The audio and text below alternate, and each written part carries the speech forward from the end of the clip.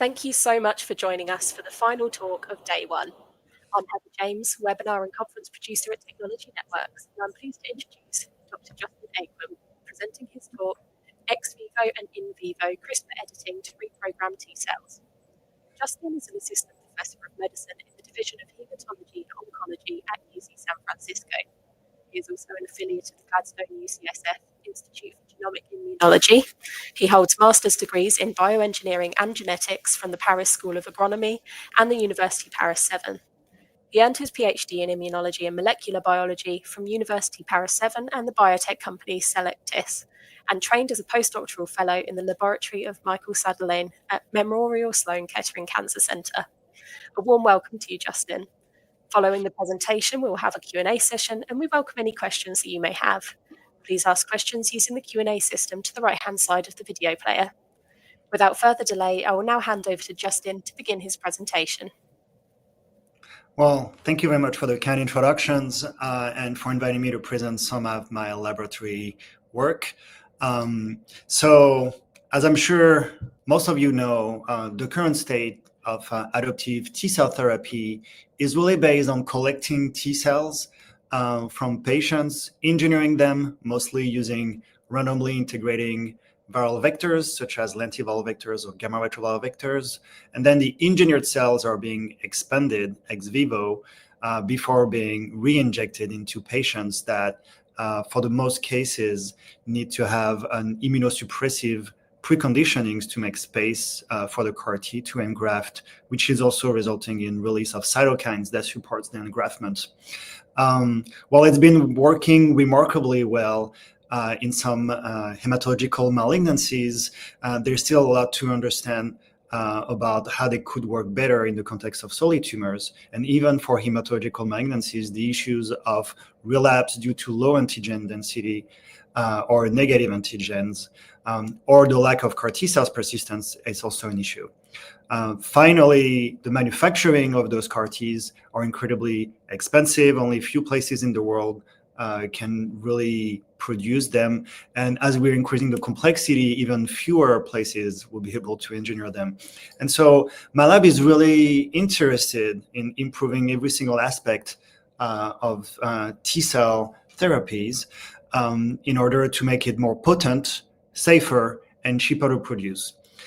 We have three main pillars in the lab that we are using to improve CAR Ts. On one hand, we are using protein engineering to develop next generation's chimeric antigen receptor architectures, but we're also looking inside the cells and creating novel protein variants or protein fusions that can help reprogramming the T cells in a more functional and persisting way. We've been pioneering a lot of genome editing technologies for their use in primary human T cells and reporting some of the first demonstrations that targeted integrations in T cells can improve CAR T cell functions, and I talk a little bit about that. We've also, in collaborations with lab here at UCSF, been using genome editing to perform functional genomic screens and identify genetic circuits that are associated with CAR T cell functions or dysfunctions. And finally, it's a more recent development, and it's really started when I opened my lab. We've been developing novel solutions for improved gene and proteins delivery methods, both ex vivo and in vivo, and I also touch base on some of those. So first, as I mentioned, the current manufacturing paradigm is really based on using lentiviral vectors and gamma retroviral vectors. And here, as you show, they can integrate throughout the genomes in a semi-random fashions and tends to integrate close to transcriptally active genes. And while it's been really potent way to engineer cells, there's also been reports showing that these random integrations can be associated with disruptions of endogenous genes. And here it's an example of a report from a patient treated at UPenn in which a CD19 lentiviral CAR was integrated into the introns of the TET2 genes, which is a known tumor suppressor. And that integration was associated with the disruptions, and it happened that these patients had simultaneously the other TET2 allele that was naturally mutated. That full TET2 knockout was associated with a massive clonal expansion, And as you can see here, 2 months post-infusions, close to 100% of all the CD8 CAR T cells were stemming from a single clone. Eventually, that clone provided the therapeutic activity in these patients, and it did not turn into a secondary malignancies, but it's as close as it gets to one. And so what this story tells is that first, if you engineer really well and reprogram really well a single cell, you can potentially achieve complete response in patients, which I think it's a remarkable engineering challenge. On the other hand, it also showed that we need to be really careful about the way we are engineering the cells, as now secondary malignancies start being reported with random integrations of CARs, lentis. To try to improve that manufacturing, while I was a postdoc in the Cytolin lab at MSKCC, we thought that could we have a more precise way to engineer T cells? And we developed a CRISPR-based approach to do a targeted integrations of a CAR transgenes, here a 1928 zeta CAR, targeted into the first exons of the TCR alpha constant chains. And so here we are delivering using an AAV6, a donor template that can repair the cut. And here this donor template is promoterless, meaning that it can be exclusively expressed if it is integrated in frame within the actively transcribed gene here, the TRAC locus. And in a single step, if you have potent homologous directed repairs, you can knock out the TCR and knock in the CAR. What we observe here is that we have a really potent methods where now we can generate in one single step about 70 to 80% of CAR positive, TCR negative T cells. And when you're comparing the expression level that you obtain from the TRAC locus versus usual gamma retroviral vectors that were used here at MSKCC, you observe that with gamma retroviral vectors, every single patient has a completely different patterns of CAR expressions in both the mean fluorescence intensity, but also the coefficient of variations having a really wide distributions. With the TRAC, and here it's 5 examples, but we now been tested probably thousands of donors. We almost exclusively have the identical level of expressions, really providing a more homogeneous and predictable way of manufacturing CAR T cells, on top of adding the safety that now you have a precise integrations rather than these random integrations. Another aspect that we observed with TRAC CAR is that when we are comparing them to CAR T cells manufactured with gamma retroviral vectors in a B-ALL xenograft mouse models, we found that TRAC CARs were vastly superior than the gamma retroviral vectors when we were treating them at low dose. This is what we call a stress test, when we are injecting suboptimal dose of CAR Ts to differentiate their functionality. That improvement in survival was also associated with a better phenotyping profile. And here, looking at exhaustion markers, PD-1, LAG3, and TIM3 co-expressions in T cells, we found that while the gamma retrovirally engineered T cells display a lot of those markers which are associated with CAR T cell dysfunctions, only PD-1 was expressed on TRAC CARs, and PD-1 is also an activation markers, which makes sense because the CARs at these time points completely cleared the bone marrow from the tumor, so they were hyperactivated. And so this paper was published a few years ago now, but to try to understand how the transcriptional regulations from the TRAC promoter was associated with a greater anti-tumor response, we did a lot of in vitro analysis that are summed up here. And what we observed and the model that we established is that upon seeing its antigens, the CAR is being downregulated from the cell surface of the T cells, and to a state where the CAR T cells are not able to kill anymore because it doesn't have CARs at the cell surface. That downregulation from the cell surface is associated with mostly degradations and not a lot of recycling, which means that the replenishment is mostly controlled by transcriptional activity. And usual exogenous promoters used in lenti or enhancer and promoters used in gamma retroviral vectors tends to have a really fast replenishment, and it tends to have an activity, transcriptional activity superior when the T cells are activated, which explain this overshoot. So you actually have even more CAR at the surface after the first round of activations. While the TRAC CAR has a slow replenishment and always comes back to baselines. That slower replenishment is providing to the T cell a longer rest between different rounds of killing. And that rest has been found to be beneficial for long-term functionality of CAR T cells. And then that concept of rest has been validated in other settings, for example, using small drugs that can blunt the CAR T functions, or using synthetic biology engineered circuits that can regulate the CAR replenishments at the cell surface. Here we're using the endogenous and physiological way T cells have a slow replenishment and provide themselves a rest between rounds of killing. And here for the CAR, using the endogenous TRAC promoter. Since I moved to UCSF and worked closely with the myeloma group, we thought to identify if the TRAC targeting could also improve BCMA targeting CARs. So there are currently 2 FDA-approved CAR products targeting BCMA for multiple myeloma. One is Abecma, that has a binder that has a heavy and light chain, so a classical scFv. And the other one is Carvykti, that has 2 VHH targeting 2 separate epitopes on BCMA. They are both associated with a similar architectures, with a CD8 hinge and a 4-1BB and a CD3 zeta, and both delivered using lentiviral vectors. We thought, could we test each binder in the context of the TRAC locus? And can we then not only look at the activity of the costimulatory molecules, but also test different CAR architectures, including the CD28 costimulatory molecules and a CD28 associated with the mutated versions of the CD3 zeta, which we call 1XX. It means that the second and third items of the CD3 zeta have been mutated. And in a report back in 2019 from Michel Sutherland's lab, found that this architecture was vastly outperforming the CD28 zeta classical CAR by improving the functional persistence of those CAR T cells, and was associated with a greater accumulations of CAR Ts. And so we wanted to see, would that architecture also benefit BCMA targeting CARs? So here again, we used an aggressive myeloma model called OPM2. And again, we are using what we call the stress test, where we are injecting suboptimal dose of here the lenti-based CARs, which phenocopies the commercial products. So what you can see here at this low dose of 300,000 CAR T per mouse, none of the commercial products are able to have significant anti-tumor activity.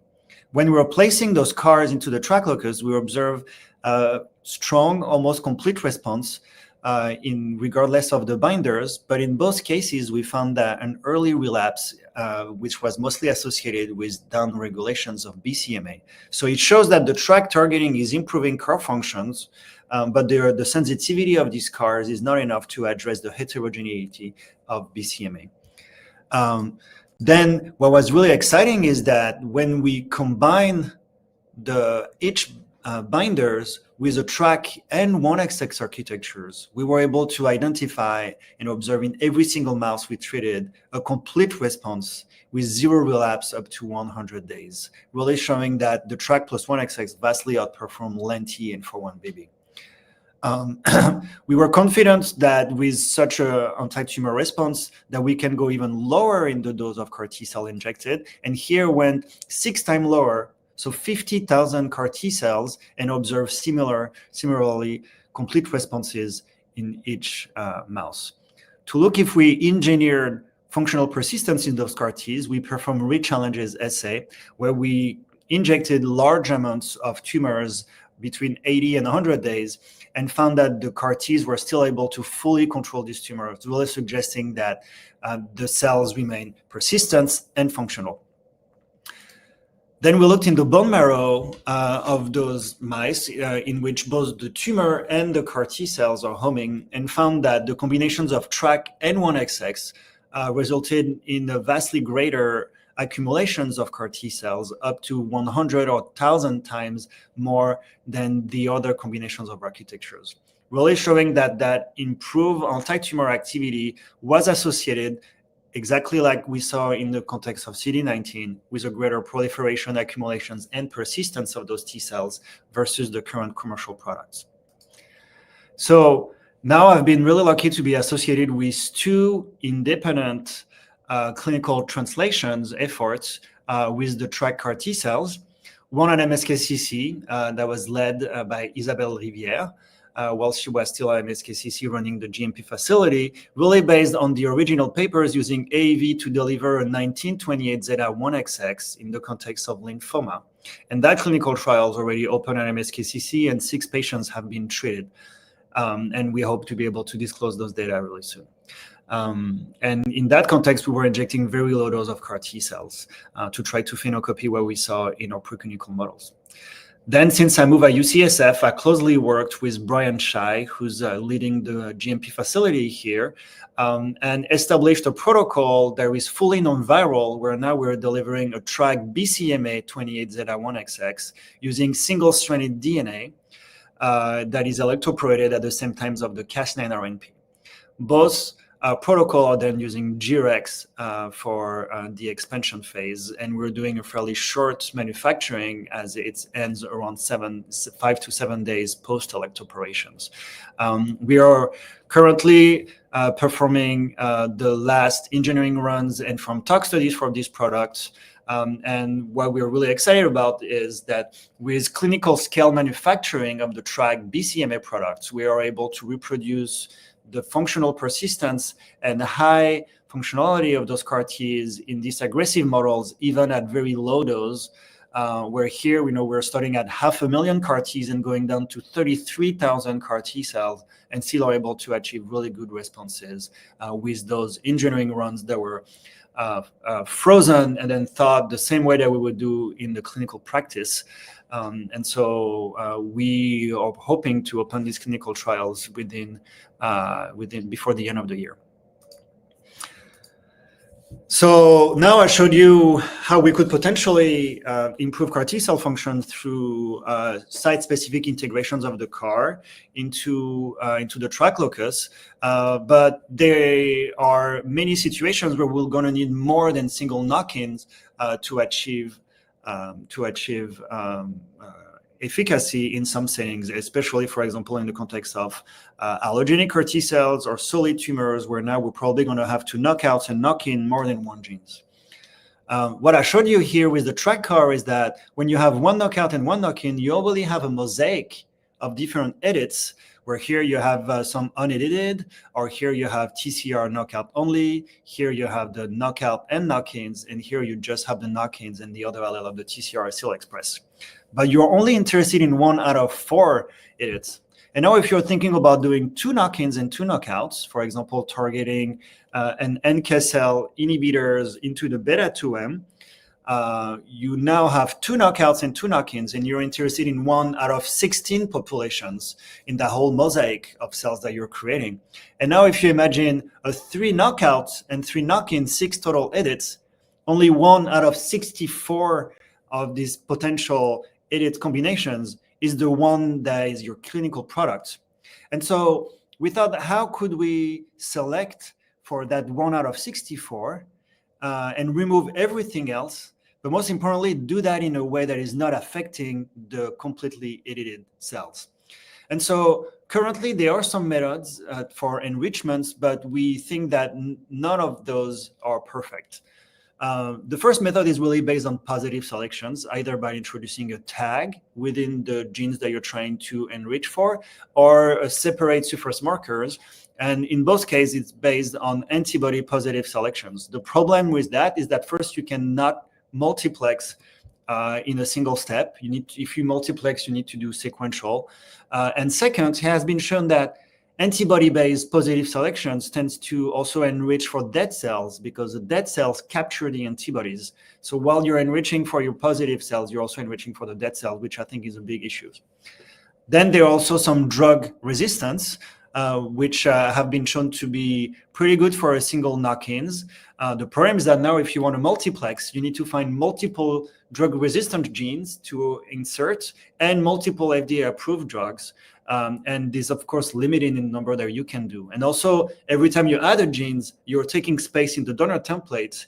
And that real estate is key. You really want to be limiting the amount of genes that you have to deliver to achieve this.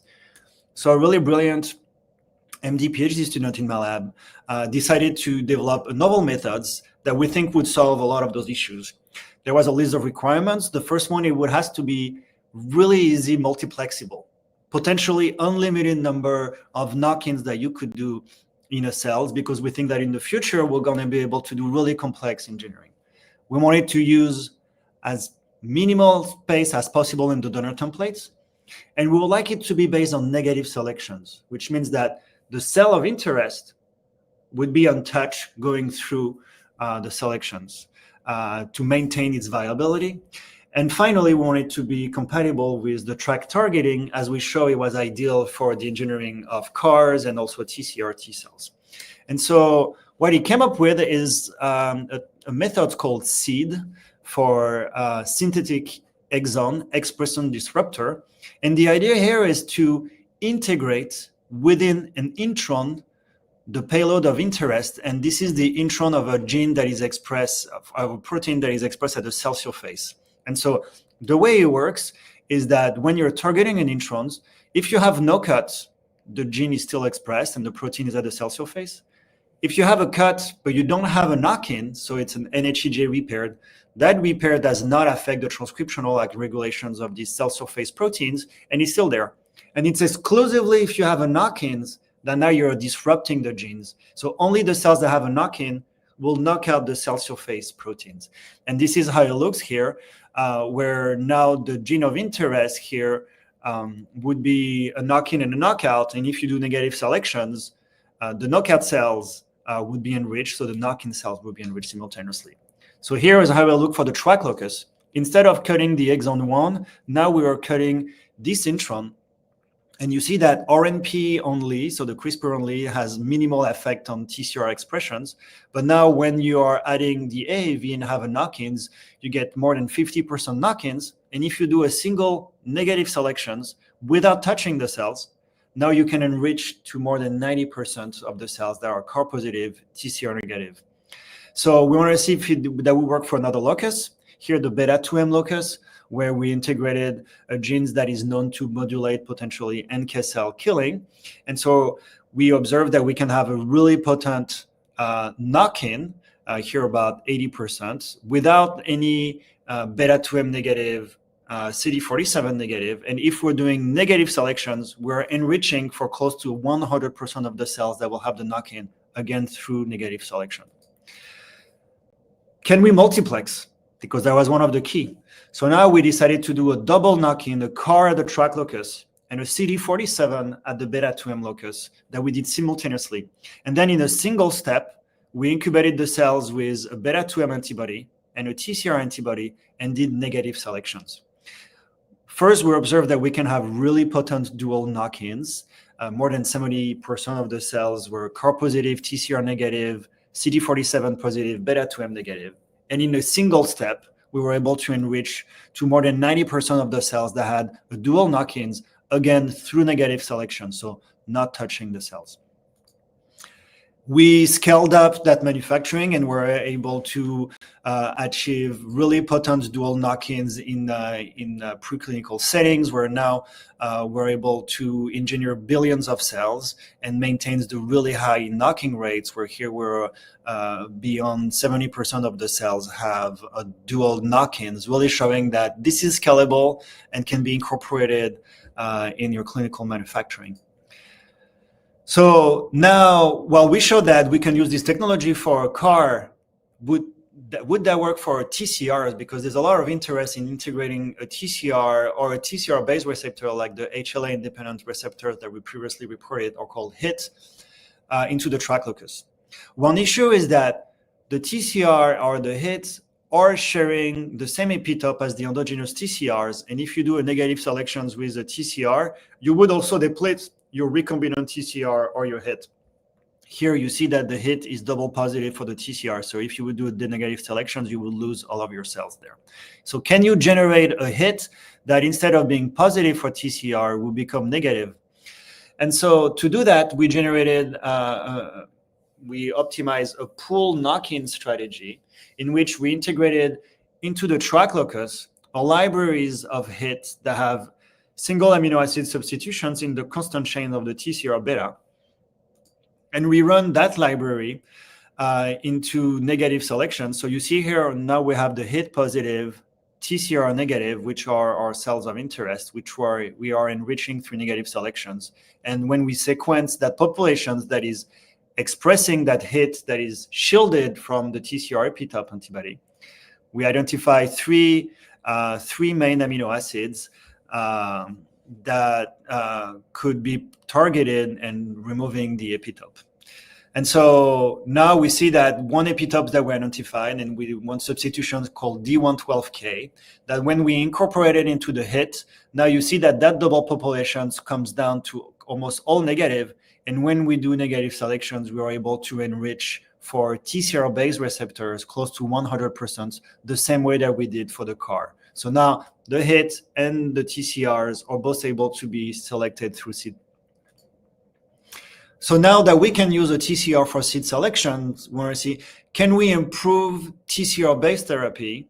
And can we make a CD4 T cells recognizing an MHC class 1 peptide? So we took CD4 T cells and we introduced an MHC class 1 restricted TCRs into the TRAC locus.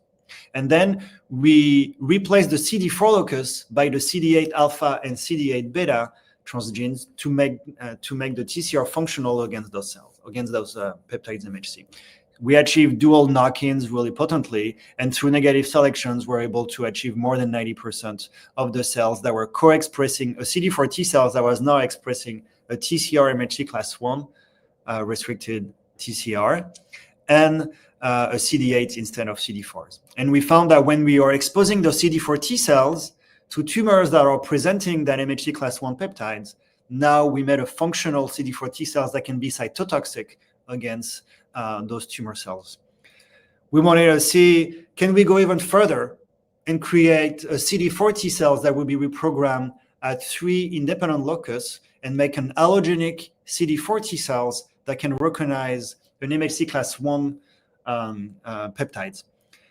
And so here what we did is that we simultaneously replaced the endogenous TCR with an NY-ESO TCR, replaced the CD4 by a CD8 alpha and beta, and replaced the MHC class 1 with a CD47, and achieve a simultaneous triple knock-in and simultaneous triple negative selections. We were really excited to find that first, we were able to achieve really potent triple knock-in, where here 40% of the cells had the 3 loci that were fully edited.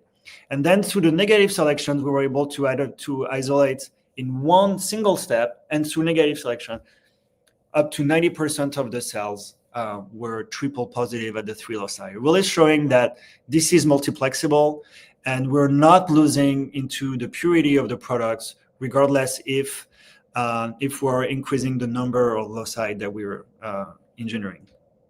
Okay. One important aspect too is that when we were doing 3-cut in the cells, are we generating a lot of translocations? What is interesting is that when we were using AAV to deliver the HDR templates, we are saturating the nucleus with DNA, and we found that having that much donor template was actually associated with a reductions of translocations in comparisons to no donor templates that you have in red. In black here, you see that you have some translocations between the different loci that we're targeting. When we're adding the DAV, we cannot really observe much translocations, and the purifications method that we're doing is not enriching for those translocations, really showing that it's potentially a safe way to engineer the cells. Okay, so now everything that I showed you was in human. But there is, if you like to understand the way CAR T cells are functioning, especially in solid tumors, and understand the challenges that the CAR T cell is going to be facing, you need to test those CAR T cells in a model that recapitulates all of the tumor microenvironments and the immune challenges the cell is going to be facing. And so we need to be able to do our knock-ins potentially in mouse T cells. And so while the knockouts works really well in mouse T cells when we started this project, here it's RNP electrophorations of the TCR of the TRAC locus, we get 95% knockouts. But if you like to do a knock-in, it's more complicated. Mouse T cells are incredibly sensitive to DNA delivery. And so here, for example, there was a paper reported in 2018 by Lucas Yeker's team showing that you can achieve low percentage knock-in in mouse T cells by electroporating DNA, but you're also killing about 90% of those cells, which we think was not really suitable for the applications that we want to do. So we wanted to test if we can use AAV to deliver donor templates to mouse T cells. But none of the AAVs that we tested were really good at delivering donor templates to those mouse T cells without electroporating them. And so we thought, can we generate a novel AAV that would be better at transducing mouse T cells? We initiated a collaboration with Aravind Azokan at Duke University, and a grad student in his lab, John Ark, collaborated with Will Nyberg, a postdoc in my lab at the time, to evolve the capsid on AAV6.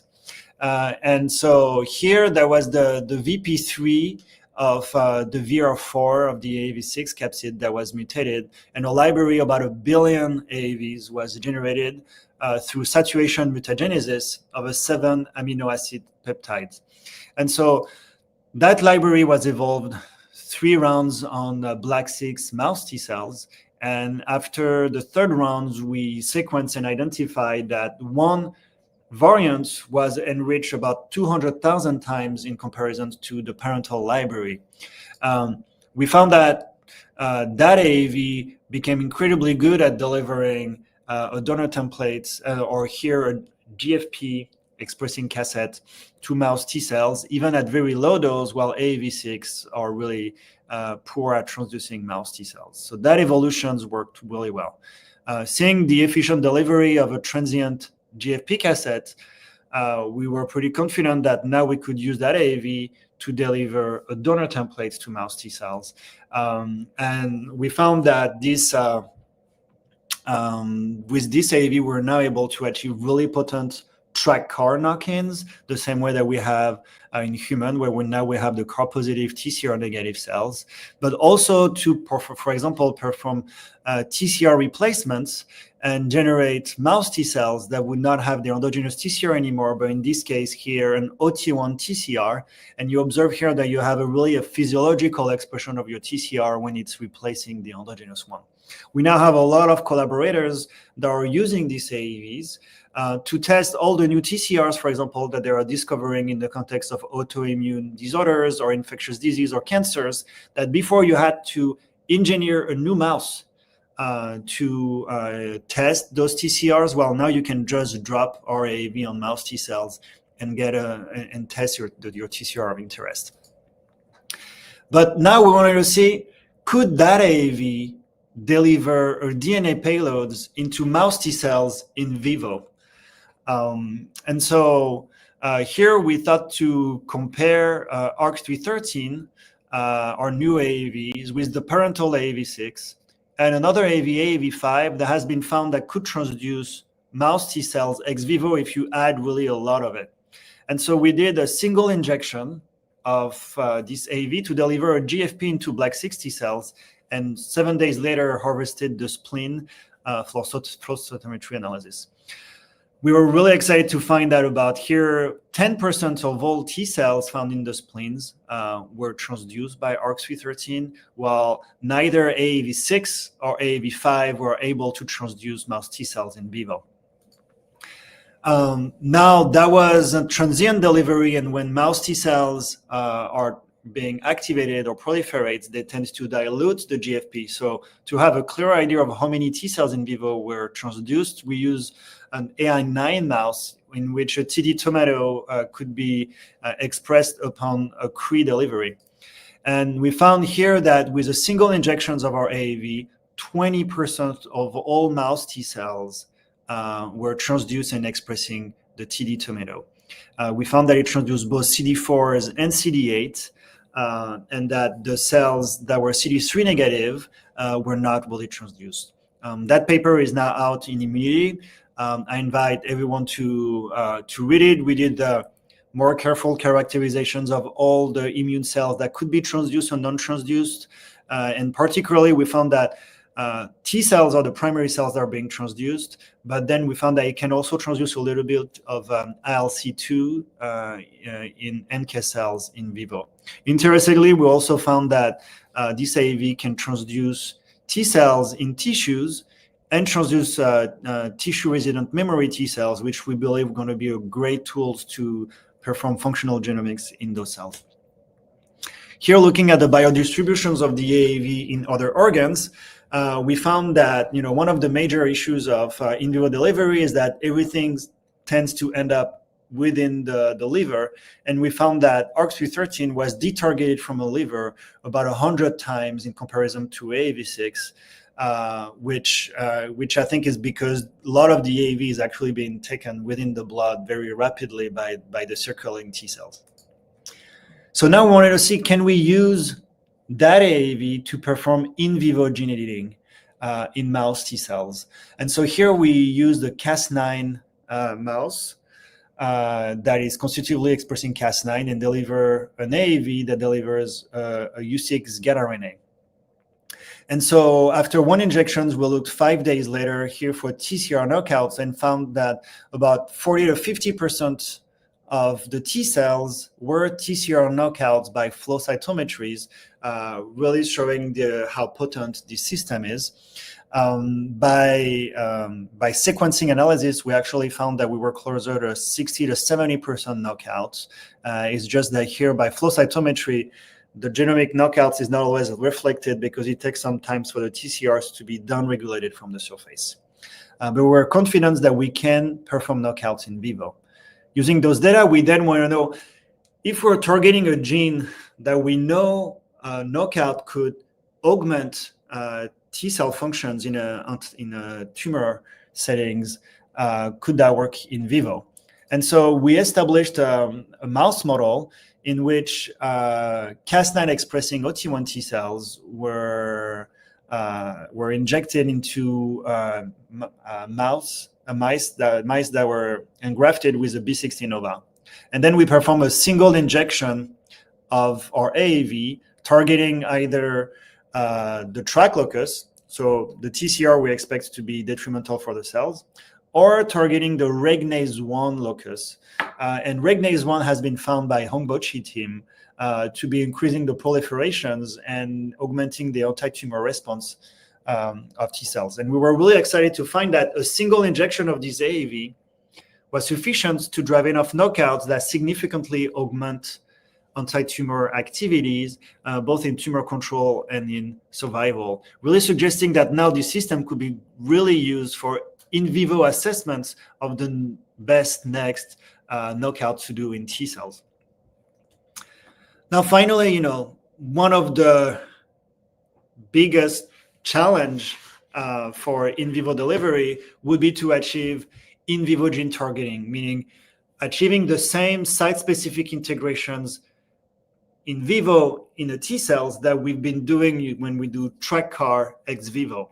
And no one has ever been able to report that in immune cells. And so we want in T cells, and wanted to see if this AAV could deliver it.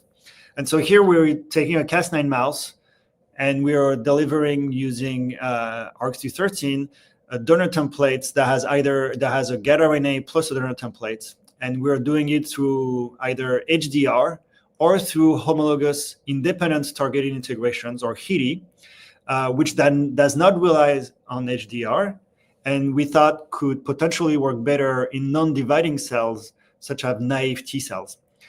So we did one injections, harvested tissues, and we're really excited to find that we found significant numbers of T cells that had a track-targeted M-cherry, and that both the HDR and the HITI work, and he suggested that the HITI was superior than the HDR. And looking at the phenotype of the M-cherry positive cells, we found that the naive populations was enriched with the HITI, suggesting their hypothesis that a greater engineering of naive and resting T cells would be achieved with HITI was true. And so I think, so let me guess the time. I think I'm running a little bit out of time, but one thing that last word that I want to say is that my lab is also really excited about in vivo CAR T cells generations. for reasons that I guess I don't really have to explain to this audience, but mostly to make CAR T cells much increase the access, make it faster to the patients and cheaper, and removing this whole ex vivo manufacturing that is really restricting the development of those CAR Ts. And so right now you have two main technologies that have been currently being tested in the clinic using engineered lentiviral vectors or lipid nanoparticles delivering an mRNA. I think they are both really exciting technologies, but I also think that the random integrations of the lenti and the constitutive promoters making every single cell in the body transduced would express a CAR is an issue that we think we should solve, and that the transient nature of LNP, while being safe, requires the constant redosings, and we don't really know how many doses will be enabling a cure in cancer, knowing that persistence of CAR T has been shown to be necessary in a lot of hematological malignancies. So my lab is interested now in achieving in vivo track CAR T cell generations. And the advantage is that it would have the precision of ex vivo manufacturing that we already showed. It would be a promoterless cassette, meaning that exclusively T cells that have a knock-in will express it because only T cell express the CAR. And if that vector goes in any other cells, there would be zero CAR expressions. The issue is that no one has ever shown that it was possible to do site-specific integrations of a large DNA template in vivo in a primary T cell. And so, because I'm running out of time, I'm going to go really quick, but we developed vectors that we think can achieve this. And here it's an example where we use a humanized mouse model, and with a single vector injections, we're able to achieve in vivo track CAR T cell generations. And here we're integrating a CD19 CARs that can proliferate in response to B cells. And so here, after 2 weeks of engineering and proliferations, we achieve about 17% of all spleen T cells or track CAR T cells, which are also associated with a full B cell aplasia, suggesting that they are functional. And we also found that the cells injected with these vectors also able to control really aggressive B cell leukemia, as seen here, where the single injection of the vector can achieve complete responses, and all of that through site-specific integrations into the track locus. And when we're looking at the spleen 2 weeks after, after rechallenge, we found out about 40% of all T cells are CAR T cells in the marrow and in the spleen. So yeah, we're really excited about implementing this eventually to the clinic, and we think that really site-specific integrations within a T cell in vivo is the future or in vivo CAR T cells manufacturing, as it brings the precisions and the functionality of those ex vivo track CAR T cells in vivo. And so, so yeah, I want to thank my lab. Here I showed data from many people in the lab that I already called out during the presentations, and all my collaborators and fundings, and I'll be happy to take questions. Thank you. Thank you so much, Justin, for sharing your expertise with us today. That was a fantastic presentation, and we do still have time for some questions here. So before we start the Q&A segment of this session, I just want to take a quick moment to remind our viewers to submit any questions that you have for Justin using the chat system to the right, and any questions we don't have time to get to will be addressed offline as soon as possible. So I can see that we've received some questions already. So Justin, I'm going to hop straight into the first one from Quayle here, who has asked, can synthetic receptors be designed to recognize multiple tumor antigens simultaneously to prevent immune escape? Yes, this is a great question. And so there are already CAR T cell products that are recognizing multiple antigens. And so there's been an example in hematological malignancies targeting simultaneously CD19 and CD20, or CD20 and CD22, which are all targets associated with B-cell malignancies. I think that it is possible and it can work. There are still some engineering challenges to make sure that when you're combining two antigens, you maintain the functionality of each of those. And so I think there's been some demonstrations that it can work, but it does not always work. And so I think there's still some work to be done there. But there's even some, in some context, triple antigen CAR Ts that have been developed. in the context of hematological malignancies, but also in the context, for example, of brain tumors, where heterogeneity can be a big issue. Excellent, thank you so much. Another question here from Louise, who has started with very interesting data. Can you make sure that there will be a frame shift, or will there also be edits without frame shifts, or is this to be dismissed as they will be eliminated during positive selection? That's a good question. So we're not worrying too much about frame shift because we selected the GATA RNA to target an intronic regions that the vast majority of indels resulting from an HEJ do not result in a frame shift or do not affect the transcriptional regulation. So that's why we're targeting introns, so we don't have to worry about frame shift. Then even if the HDR is not totally perfect in the introns, the advantage is because we are inserting splice acceptors and splice donors flanking the synthetic introns. It doesn't have to be perfect, and even if it's a little shifted left or right, it will still be in frame with the rest of the endogenous genes. Wonderful, thank you so much, Justin. Another great follow-up question here from Quayle, who has asked, how does integrating the CAR construct into the TRAC locus improve T cell persistence and reduce exhaustion in the solid tumor microenvironment? Yes, that's a great question. Also, so the data that I showed today were mostly hematological malignancies, but in the Cell paper that we reported last year, we showed that in the context of a lung carcinoma, the TRAC CARs was also superior than mouse T cells engineered with gamma retroviral vector CARs. What we found is that, and I touched a little bit on this, but we found is really the transcriptional regulations offered by the endogenous TRAC promoter that has a slightly lower expression levels than gamma retroviral vectors or lentiviral vectors. That lower expression level is associated with less what we call tonic signaling, which is the T cells being and the CARs being activated without antigen, and that already drives some exhaustions during manufacturing. TRAC removes a lot of those problems. Then we found that the longer rest between rounds of activations and killing provided by the TRAC promoter, because there's a slow replenishment after the downregulation of the CAR seeing the antigens, is also improving the long-term functionality. So when you have a really strong promoter and a lot of CAR at the surface, the CAR T cells tends to kill, have a really high killing frequency and exhaust faster, while providing break and long rest to the cells is actually helping for the long-term functionality. Excellent, thank you so much. Another great question that we've had come in here is about the last slides that you're presenting on in vivo CAR T. What is the final drug format? Is it just vectors or vectors plus cryopreservation additives?